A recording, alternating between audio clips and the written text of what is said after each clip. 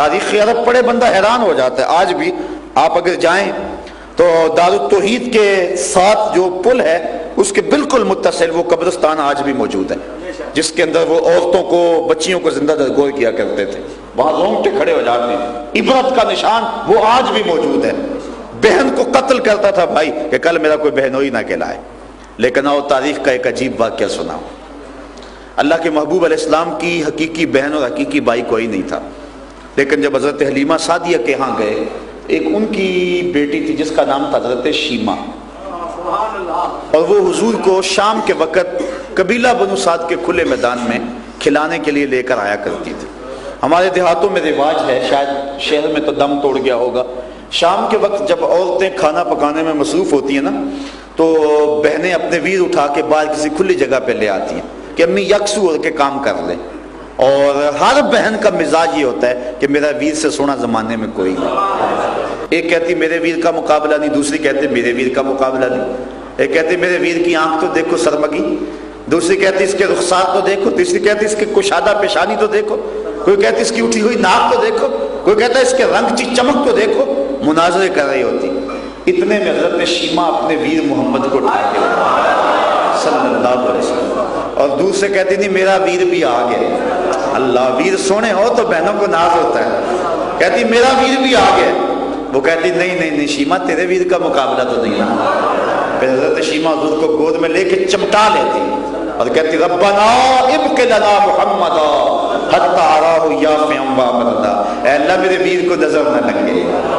آج یہ بچوں کا سردار ہے، کل ان آنکھوں سے دیکھوں جوانوں کا سردار. شیخ محقق نے مدارج النبوہ میں لکھا حضرت شیمہ کا ایک قبیلے میں نکاح ہو گیا، بچے ہو گئے.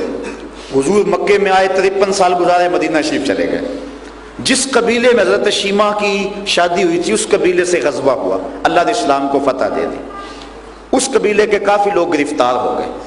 اپنے گرفتار شدگان کو چھڑانے کے لیے عرب کے رواج کے مطابق وہ گھر گھر سے رقم اکٹھی کر رہے ہیں. جب حضرت شیمہ کے گھر آئے، کہا تمہارا حصہ اتنا بنتا ہے. کہانی سنائی کہ ہماری لڑائی ہوئی ہے، اتنے بندے مارے گئے، اتنے گرفتار ہو گئے. باتوں باتوں میں حضور کا تذکرہ آ گیا اور کسی کے لب پہ حضور کا نام آ گیا. جب حضور کا نام سنا تو حضرت شیمہ کی آنکھوں کی پتلیاں خوشی سے پھیل گئی. کہا اچھا اس سے تمہاری لڑائی ہوئی ہے، اس نے تمہارے بندے پکڑے؟ کہا ہاں. کہا پھر رقم اکٹھی نہ کرو. کہا کیوں؟ کہا مجھے ساتھ لے چلو. کہا تو کیا کرے گی؟ کہا تمہارے بندے چھڑاؤں گی. کہا عجیب بات ہے. کہا تمہیں نہیں پتا وہ میرا ویر لگتا ہے، وہ میرا بھائی لگتا ہے. قوم کے سرداروں کو لے کر حضرت شیمہ جب حضور کے خیمہ نوری میں داخل ہونے لگی نا تو یہ مدنی دور تھا، تو صحابہ ننگی تلواروں سے پہرا دے رہے ہیں. وہ وقت گزر گیا جب لوگ پتھر مارتے تھے. اب حکم ہے خبردار آواز بھی اونچی نہیں کرنی. حکم ہے نبی سے بات کرنی ہے، پہلے گھر جاؤ، کوئی صدقہ لو، بازار آؤ، فقیر ڈھونڈو، خیرات کرو، پھر نبی کی چوکھٹ پہ آؤ، تمہیں پتہ چلے کہ نبی کی بارگاہ کتنی بلند ہے. صحابہ ننگی تلواروں سے پہرا دے رہے ہیں. حضرت شیمہ آگے بڑھنے لگی اس خیال سے کہ میں بھائی کے خیمے میں جا رہی ہوں، تو صحابہ نے ننگی تلواروں سے راستہ روک دیا. رک جائے دیہاتی عورت، جانتی نہیں آگے پوچھا رسول ہے، آگے تو بغیر اذن کے جبریل بھی نہیں جا سکتے. تو جب صحابہ نے راستہ روکا تو حضرت شیمہ نے تلوار کو جھٹک کے پیچھے کرتے ہوئے کہا خلو سبیلی وعلم انا اخت نبیکم، میری راہیں چھوڑ دو، مجھے جانتے نہیں میں کون ہوں، میں تمہارے نبی کی باچی لگتی ہوں. بس سر جھک گئے، آنکھوں پر پلکوں کی چلمنے آ گئی. صحابہ نے نگاہوں کو نیچا کر لیا. حضور کی ہمشیرہ گزر رہی ہیں.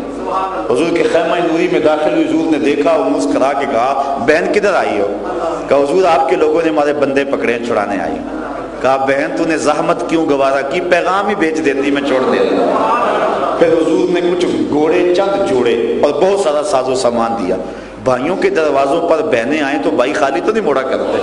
اور پھر حضور رخصت کرنے کے لیے خود خیمہ نوری سے باہر آئے. صحابہ کی جماعت منتظر تھی.